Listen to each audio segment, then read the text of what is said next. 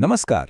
આ video overview પ્રકૃતિ અભ્યાસુ પ્રકાશચંદ્ર કે સોલંકી પ્રણય દ્વારા લિખિત વિહંગ વિશ્વ ગુજરાતની પક્ષી સંપદા નામના 7 ખંડોમાં પથરાયેલા મહાગ્રંથના મૂળ લેખ પર આધારિત છે. આજનો આપણો વિષય ખરેખર બહુ જ રસપ્રદ છે.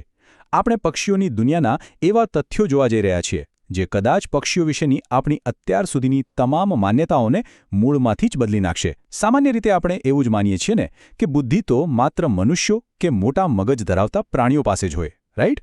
પણ ચાલો જોઈએ કે આ નાનકડા પક્ષીઓ આ વાતને કઈ રીતે ખોટી સાબિત કરે છે. આપણે ઘણીવાર કોઈને મજાકમાં બર્ડ બ્રેન કહેતા હોઈએ છીએ, એટલે કે પક્ષી જેવું નાનું મગજ ધરાવનાર, સાવ મૂર્ખ. પણ તમે માનશો, આપણા આ મૂળ ગ્રંથમાંથી મળતી વૈજ્ઞાનિક હકીકતો કંઈક અલગ જ કહે છે.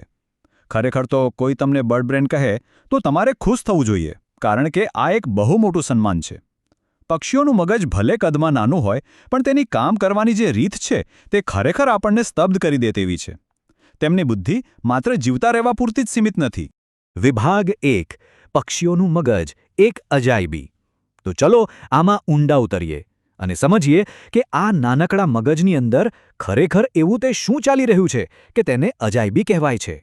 જુઓ, તાજેતરના સંશોધનો બતાવે છે કે પક્ષીઓના મગજમાં પેલિયમ નામનો એક વિસ્તાર હોય છે જે અત્યંત વિકસિત હોય છે. અને આમાં નોંધવા જેવી અને થોડી ચોંકાવનારી વાત એ છે કે આ નિડોપેલિયમ અને મેસોપેલિયમ વિસ્તારમાં ન્યુરોનની ઘનતા એટલે કે ન્યુરોન્સની ગીચતા ઘણી વખત આપણા એટલે કે માનવીના મગજ કરતાં પણ વધારે હોય છે. આનો સીધો અર્થ એ થયો કે બુદ્ધિ એ માત્ર મગજ કેટલું મોટું છે તેનો જ ખેલ નથી, પણ તેની રચના કેટલી નક્કર છે તેનો છે.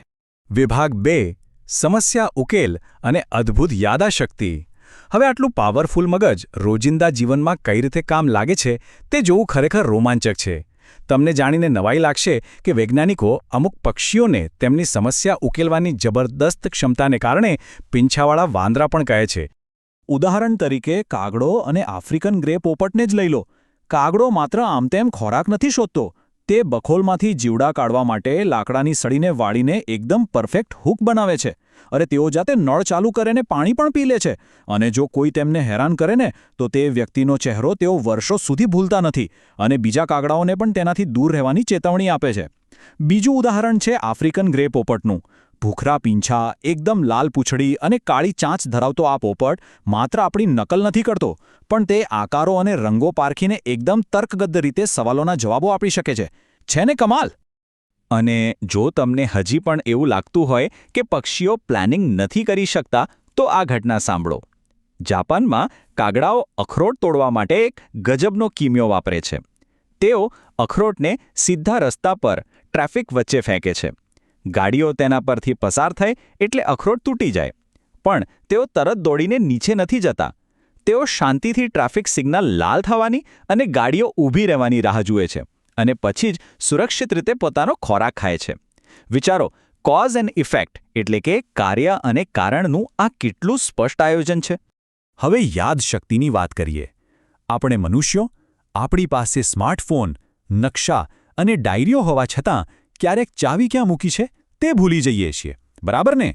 પણ ક્લાર્ક્સ નટ ટ્રેકર નામના આ પક્ષી પર નજર કરો. આ આછા ભૂખરા શરીર અને કાળી પાંખોવાળું પક્ષી શિયાળા માટે હજારોની સંખ્યામાં બીજ જમીનમાં અલગ અલગ જગ્યાએ દાટી દે છે. પછી જ્યારે આખી જમીન બરફની ચાદરથી ઢંકાઈ જાય ત્યારે પણ તેને એકે એક બીજનું ચોક્કસ લોકેશન યાદ હોય છે અને તે ખોદીને તેને શોધી કાઢે છે. આ કોઈ ટ્રેનિંગ નથી, પણ કુદરતે તેમને આપેલું એક અલ્ટિમેટ સર્વાઇવલ ટૂલ છે. વિભાગ 3 પક્ષીઓની પોતાની જીવંત સંસ્કૃતિ. અત્યાર સુધી આપણે વ્યક્તિગત બુદ્ધિની વાત કરી, પણ શું પક્ષીઓ એકબીજા સાથે જ્ઞાન વહેંચી શકે છે ખરા? ચાલો તેમની પોતાની એક સંસ્કૃતિ વિશે વાત કરીએ. આ ઐતિહાસિક ઘટના ખરેખર જાણવા જેવી છે. 1920ના દાયકામાં બ્રિટનમાં દૂધની બોટલો ઘરની બહાર મુકાતી. એ સમયે બ્લુ ટેટ, જે વાદળી અને પીળા પીંછા ધરાવે છે, અને ગ્રે ટેટ, જે પીળી છાતી અને કાળા પટ્ટાવાળા હોય છે, આ પક્ષીઓએ પોતાની બુદ્ધિથી દૂધની બોટલના ફોઇલના ઢાંકણા ખોલવાની રીત શોધી કાઢી. પણ સૌથી રોમાંચક વાત એ હતી કે આ કળા કોઈ એક પક્ષી પૂરતી સીમિત ન રહી. આ વર્તન ધીમે ધીમે આખા વિસ્તારમાં ફેલાયું અને તેમણે આ કળા પોતાની આવનારી પેઢીને પણ શીખવાડી. આ સ્પષ્ટપણે દર્શાવે છે કે તેઓ જ્ઞાનની લેવડ દેવડ કરતી એક જીવંત સંસ્કૃતિ ધરાવે છે. વિભાગ 4 સામાજિક માળખું અને પારિવારિક સંબંધો આપણે જ્યારે આકાશમાં પક્ષીઓનું મોટું ટોળું જોઈએ ત્યારે તે કદાચ આપણને અવ્યવસ્થિત લાગી શકે પણ વાસ્તવમાં તેમનું આ સામાજિક જીવન અત્યંત શિસ્તબદ્ધ અને ચોક્કસ નિયમો પર ચાલતું હોય છે. હવે આ સ્લાઇડ વિશે જે ખરેખર રસપ્રદ બાબત છે તે એ છે કે પક્ષીઓમાં પણ સમાજ વ્યવસ્થાના બહુ સ્પષ્ટ સ્તર છે. જેમ કે બાજ કે ગરુડ એકલા રહેવાનું અને સ્વતંત્ર શિકાર કરવાનું પસંદ કરે છે, પણ કાગડા, હંસ કે બગલા અત્યંત સામાજિક હોય છે. તેઓ માત્ર સાથે શિકાર જ નથી કરતા, પણ ક્યાં જવું અને ક્યાં રોકાવું તે માટે આખા ટોળાની લોકશાહી ઢબે સર્વસંમતિ લે છે. અને નાના પક્ષીઓની વાત કરીએ તો ચકલીઓ પણ જરૂર પડે ત્યારે ભેગી થઈને મોટા શિકારી પક્ષીને ભગાડવા માટે એકસાથે મોબિંગ એટલે કે હુમલો કરે છે. એકતામાં કેટલી તાકાત છે તે આ પક્ષીઓ બરાબર જાણે છે. આ બાબત ખરેખર હૃદયને સ્પર્શી જાય તેવી છે.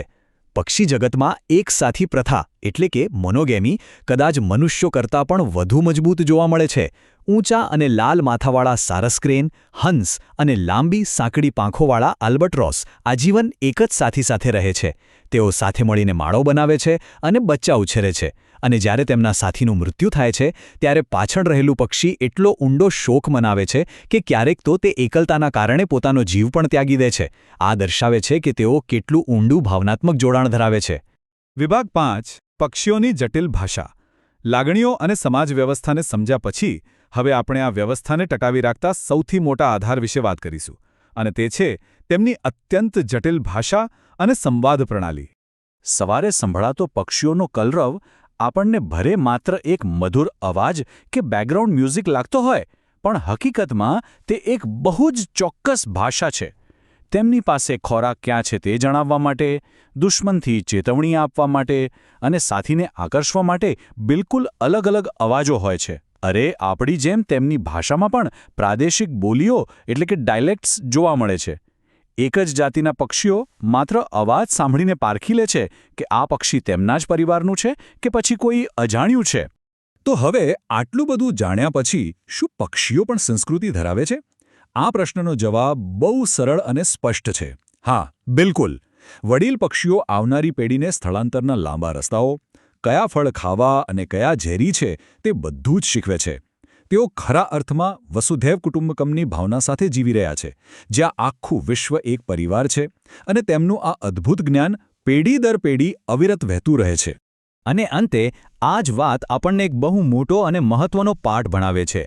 મૂળ ગ્રંથનું આ વાક્ય યાદ રાખવા જેવું છે. માત્ર પક્ષી નહીં, એક વિચારશીલ જીવ. બુદ્ધિ એ માત્ર મગજની સાઇઝ પર આધાર નથી રાખતી.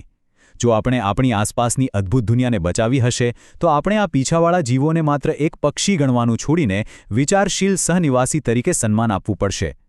તેમની દુનિયા આપણે કલ્પના કરી હતી તેના કરતાં અનેક ગણી ઊંડી, સમૃદ્ધ અને બુદ્ધિશાળી છે. મને ખાતરી છે કે આ માહિતી જાણ્યા પછી હવે જ્યારે પણ તમે કોઈ પક્ષીને જોશો ત્યારે તમારો નજરિયો સાવ અલગ જ હશે. શું તમે આ અદ્ભુત દુનિયા વિશે વધુ જાણવા ઉત્સુક નથી? વિચારતા રહેજો.